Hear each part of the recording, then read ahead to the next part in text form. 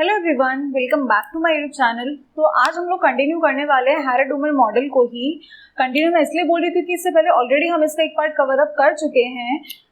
अगर आपने नहीं देखा है तो एक बार पहले उसे ज़रूर देख लेना इस बार। उसका रीज़न ये है क्योंकि बहुत सारी टर्म्स ऐसे हैं जिसका यूज़ और जिसका एक्सप्लेनेशन हमने इसके फर्स्ट पार्ट में किया था, तो इसको समझने के लिए एक बार वो देखना तो एटलीस्ट इम्पॉर्टेंट है। उसका लिंक मैं आपको डिस्क्रिप्शन बॉक्स में दे दूंगी, उसके बाद इसको देखना, ठीक है। तो हम लोगों ने हैरेड-ऊमर मॉडल में अभी तक हमने क्या बात की थी? हमने ये बात की थी कि जो हैरेड-ऊमर मॉडल है एक्चुअली में वो जो कीनीशियन थ्योरी है, जो उनका एनालिसिस है इनकम एंड एम्प्लॉयमेंट वाला, उसी का एक्सटेंडेड वर्जन है जो ये लॉन्ग रन में बात करते हैं। कीन्स से हमने थ्योरी में शॉर्ट रन की बात की थी, ये यहाँ पे लॉन्ग रन की बात करते हैं। और हमने क्या कहा था कि जो इनका कंसेप्ट है उसमें कैपिटल एक्यूमुलेशन बहुत इंपॉर्टेंट है। दूसरा, इन्होंने इन्वेस्टमेंट, दोनों नहीं, इन्वेस्टमेंट का जो ड्यूअल इफेक्ट है उसको इंपॉर्टेंस दिए, यानी कि इन्वेस्टमेंट के डबल इफेक्ट्स होते हैं, ठीक है। तो ये बात हम लोग ऑलरेडी कर चुके थे। हमने बहुत सारी टर्म्स जो एक्सप्लेन की थी लास्ट वीडियो में। हमने क्या किया था, इन दोनों का इंडिविजुअल विचारधारा हमने पढ़ी थी। आज हम इसका कंबाइंड मॉडल पढ़ने वाले हैं, हैरेड-ऊमर मॉडल को, और आज फिर हम इसे रैप अप यानी कि खत्म कर देंगे कंप्लीटली। तो देखिए, सबसे पहली बात जो मैंने यहाँ पे लिखा है, एसेंस ऑफ द मॉडल, कि अब हम कंबाइन पढ़ रहे हैं, दोनों को दोस्ती हो गई है दोनों की। मतलब अब दोस्ती अलग बात है, मैंने आपको बोला था जयवीर वाली जोड़ी नहीं थी इन दोनों की, बट स्टिल अब हम कंबाइन पढ़ रहे हैं। तो एसेंस ऑफ द मॉडल है कि मॉडल में एक्चुअली में है क्या जब हम कंबाइन पढ़ रहे हैं इस चीज को। दो, unless and until capital formation and increase in national income go side by side, growth won't sustain for long। मतलब कि अगर कैपिटल जो है फॉर्मुलेशन हो रहा है, कैपिटल एक्यूमुलेशन हो रहा है, नेशनल इनकम है, जब तक दोनों साथ साथ में नहीं बढ़ेंगे ना, साथ साथ में तरक्की नहीं होगी, जब तक कि इकोनॉमिक ग्रोथ जो है वो सस्टेन नहीं करेगी। Economic growth won't sustain for long, ज्यादा टाइम तक नहीं टिकने वाली है। हम लोगों ने ऑलरेडी देखा था ना। देखो, अगर कैपिटल फॉर्मेशन अगर ज्यादा है, मींस प्रोडक्टिव कैपेसिटी ज्यादा होगी, और वो इनकम से ज्यादा अगर हुई प्रोडक्टिव कैपेसिटी, तो उस केस में क्या होगा, भी एक्सेस कैपेसिटी हो जाएगी हमारे पास में। और उसकी दूसरी तरफ अगर इनकम ज्यादा होगी तो डिमांड ज्यादा होगी, और प्रोडक्टिव कैपेसिटी नहीं है और डिमांड ज्यादा है, तो उस केस में क्या होगा, आपके पास में इन्फ्लेशन हो जाएगा। तो जब तक दोनों चीजें साथ साथ में नहीं चलेंगी, जब तक इकोनॉमिक ग्रोथ जो है वो नहीं लास्ट करेगी बहुत ज्यादा टाइम तक के लिए, वो नहीं टिकने वाली है। तो दोनों का एक साथ होना इंपॉर्टेंट है। अगर ग्रोथ हो रही है, कैपिटल फॉर्मेशन हो रहा है, तो ग्रोथ भी होनी चाहिए, कैपिटल जो नेशनल इनकम है वो भी इंक्रीज हो, कैपिटल एक्यूमुलेशन जो है या फिर कैपिटल फॉर्मेशन जो है वो भी होना चाहिए, ठीक है। उसके बाद इन्होंने क्या बोला, इन्होंने इन्वेस्टमेंट के डिमांड और सप्लाई दोनों चीजों के ऊपर बात की, साइड बाय साइड की, डिमांड भी सप्लाई भी। कल हमने पढ़ा था ना इन्वेस्टमेंट के ड्यूअल इफेक्ट कौन कौन से होते हैं। एक था डिमांड साइड। डिमांड साइड में क्या होता है आपके पास में, एग्रीगेट डिमांड, जिसके ऊपर हमने बात की थी। मल्टीप्लायर इफेक्ट का, कि इन्वेस्टमेंट होगी तो मल्टीप्लायर इफेक्ट से इनकम मल्टीप्लाई में इंक्रीज होगी, एग्रीगेट डिमांड इंक्रीज होगी। दूसरा सप्लाई साइड। सप्लाई साइड कैसे, यानी कि अगर स्टॉक ऑफ कैपिटल इंक्रीज होगा तो कैपिटल का स्टॉक इंक्रीज होगा, उसकी वजह से आउटपुट इंक्रीज होगा तो सप्लाई इंक्रीज होगी। तो इन्होंने इन दोनों की बात की है अपने उसके अंदर, मॉडल के अंदर, कि इन्वेस्टमेंट के ड्यूअल इफेक्ट होते हैं। तो पहली चीज ये, दूसरी चीज ये। अब आगे बढ़ने से पहले एक बार हम अजम्पशन देख लेते हैं थ्योरी के, क्योंकि ताकि कहीं पे भी हम अटके ना कि ऐसा क्यों हुआ। अजम्पशंस है इस थ्योरी के। पहला ये है, आज वैसे मैंने काफी आर्टिस्टिक वर्क किया है, आई होप कि आपको अच्छा लगे, समझ में आ रहा हो कि मैंने कौन सी चीजों को कहाँ पे डिफरेंशिएट किया हुआ है, ठीक है। तो अजम्पशन हमारे पास में constant propensity to consume and capital output ratio. हमने एक चीज ये भी देखी थी कि अगर हमको स्टेडी ग्रोथ चाहिए इकोनॉमी में, अकॉर्डिंग टू हैरेड-ऊमर मॉडल, कि अगर स्टेडी ग्रोथ चाहिए तो स्टेडी ग्रोथ के लिए जो कांस्टेंट कैपिटल आउटपुट रेशियो है और सेविंग इन्वेस्टमेंट रेशियो, ठीक है, सेविंग इनकम रेशियो जो है वो आपके पास में कांस्टेंट होती है, फिक्स्ड होती है। ये इनका असम्पशन है कि वो कांस्टेंट। जैसे हमने अगर एग्जांपल में कैपिटल आउटपुट रेशियो 4 निकाला था, तो that means that is constant. और सेविंग इनकम रेशियो क्या था, कि इनकम का कितना जो परसेंटेज है वो हम सेव कर रहे हैं, और सेविंग क्या हो रही है, वो ऑब्जॉर्ब हो रही है इनटू इन्वेस्टमेंट कंप्लीटली, ठीक है। तो पहला। दूसरा, क्लोज्ड इकोनॉमी। क्लोज और ओपन दो इकोनॉमीज होते हैं। तो क्लोज इकोनॉमी क्या होती है, यानी कि कोई इंटरनेशनल ट्रेड नहीं है, हमने अभी द्वार नहीं खोले हैं इंटरनेशनल लेवल के लिए, अभी हम क्लोज इकोनॉमी में, इंटरनेशनल ट्रेड नहीं हो रहा है। तीसरा, no government interference. No government interference का मतलब ये जो मॉडल है वो अज्यूम करता है लेजर फेयर को। लेजर फेयर क्या होता है, यानी कि इकोनॉमी जो है वो अपने आप को खुद ही ऊपर नीचे अगर अप डाउन आते हैं तो वो खुद ही अपने आप को करेक्ट कर लेगी। फ्री इकोनॉमी है, कोई गवर्नमेंट का इंटरफेरेंस नहीं है यहाँ पे। तो ये इसके कुछ अजम्पशंस थे। अब हम आगे बढ़ते हैं अजम्पशन होने के बाद, ठीक है। लाइन बाय लाइन चलते रहते हैं, 1 2 3 स्टेप पे। आगे देखिए, रेट ऑफ इकोनॉमिक ग्रोथ जो हम कैलकुलेट करते हैं, स्टेडी ग्रोथ की हम बात करते हैं यहाँ पे। तो rate of economic growth actually में आपका कैलकुलेट कैसे होता है, वो बोलते हैं डिपेंड करता है दो चीजों के ऊपर, कौन कौन से, लेवल ऑफ सेविंग्स के ऊपर और कैपिटल आउटपुट रेशियो के ऊपर। लेवल ऑफ सेविंग के ऊपर कैसे, कि जितनी ज्यादा सेविंग होगी उतनी ही ज्यादा इनकम होगी, सीधी सीधी बात है ना, सेविंग ज्यादा इन्वेस्टमेंट ज्यादा बेसिकली, ठीक है। अगर आप यहाँ से रिलेट करें तो जितनी ज्यादा इन्वेस्टमेंट सेविंग होगी उतनी इन्वेस्टमेंट होगी। हमने क्या कहा था कल भी कि सेविंग अब्सॉर्ब हो रही है इन्वेस्टमेंट में, तो इसलिए लेवल ऑफ सेविंग के ऊपर तो सेविंग बढ़ाओ, सेविंग बढ़ेगी तो इन्वेस्टमेंट इंक्रीज होगी, कैपिटल स्टॉक इंक्रीज होगा तो प्रोडक्टिविटी भी इंक्रीज होगी। दूसरा capital output ratio, multiple time हम इसके ऊपर बात कर चुके हैं अभी तक। कैपिटल आउटपुट रेशियो यानी कि ₹1 वर्थ आउटपुट प्रोड्यूस करने के लिए आपको कितने रुपीस कैपिटल की रिक्वायरमेंट है, डिटेल ऑलरेडी हम लोग बात कर चुके हैं उसके ऊपर, ठीक है। तो कैपिटल आउटपुट रेशियो हुआ, तो इन दो चीजों के ऊपर जो डिपेंड करती है इकोनॉमिक ग्रोथ रेट डिपेंड करती है। तो ग्रोथ रेट कैसे कैलकुलेट होती है, सेविंग परसेंट अपॉन में कैपिटल आउटपुट रेशियो। जैसे हमने एक एग्जाम्पल कल भी लिया था, कौन सा लो ग्रीन, ठीक है, हमने कैलकुलेट किया था, सेविंग का परसेंट था 10% सेविंग हुआ, कैपिटल आउटपुट रेशियो थी 4, तो इकोनॉमिक ग्रोथ कितनी आई हमारी 2.5%। तो ये था आपका ग्रोथ रेट जो कि डिपेंड करता है सेविंग इनकम रेशियो और सेविंग परसेंटेज के ऊपर, दूसरा कैपिटल आउटपुट रेशियो के ऊपर, ठीक है। अब एक चीज, इंपॉर्टेंस ऑफ द मॉडल, ये जो मॉडल है ना, देखो हैरेड-डुमल मॉडल ये बात करते हैं कि इकोनॉमी की ग्रोथ है, डेवलपमेंट है, एक्चुअली में ना वो लेवल ऑफ सेविंग पे डिपेंड करती है। वो ये बोलते हैं कि कोई भी कंट्री है उसकी डेवलपमेंट इकोनॉमिक ग्रोथ तभी होगी जब उसका सेविंग का लेवल बेटर होगा। अगर सेविंग अच्छी नहीं है, अगर लो लेवल ऑफ सेविंग है, तो वो एक विशियस सर्कल क्रिएट करती है।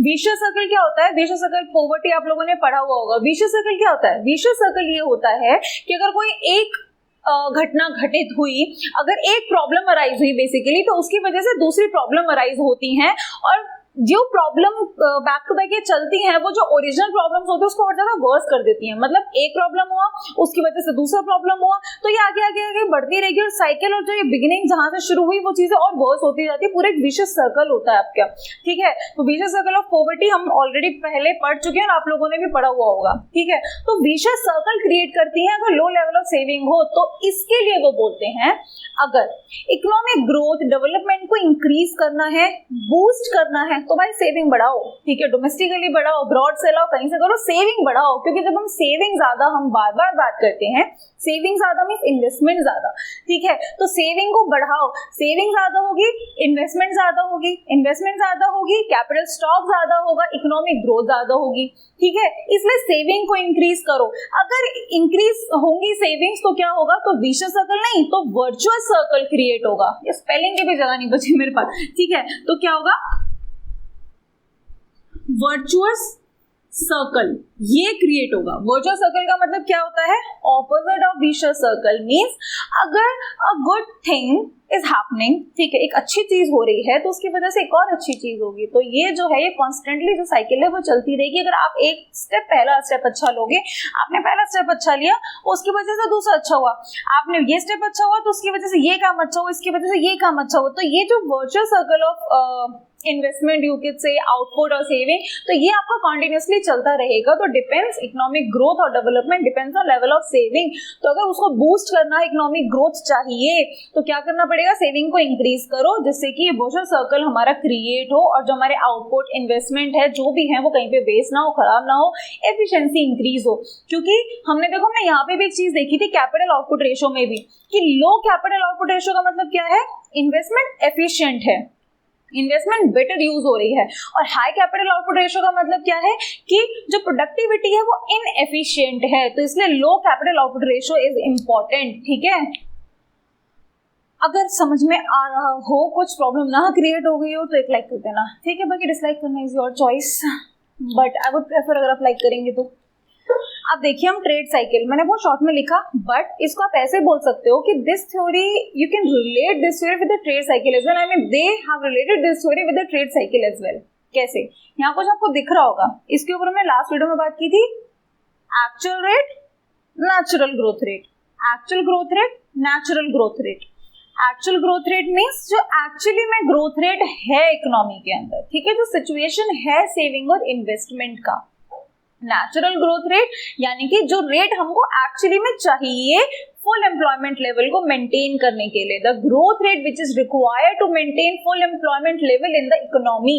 तो ये तो हमने बात किया था, हमने वॉरेन रेट के बारे में बात किया था, बट रेट साइकिल को हम इन दो चीजों के साथ पढ़ते हैं। देखो कैसे, अगर ग्रोथ रेट ज्यादा है नेचुरल ग्रोथ रेट से, एक्चुअल ग्रोथ रेट ज्यादा है अगर नेचुरल ग्रोथ रेट से, तो क्या होगा, यानी कि देखो नेचुरल ग्रोथ रेट क्या था, हमने एक एग्जांपल में समझा था कि अगर लेबर फोर्स 2% से इंक्रीज हो रहा है, क्योंकि हम फुल एम्प्लॉयमेंट लेवल की बात कर रहे हैं, मींस हम लेबर फोर्स की बात कर रहे हैं, तो अगर लेबर फोर्स 2% से इंक्रीज हो रहा है तो इकोनॉमी की जो ग्रोथ रेट है वो भी 2% से इंक्रीज होनी चाहिए, तभी तो फुल एम्प्लॉयमेंट इस्टेब्लिश होगा।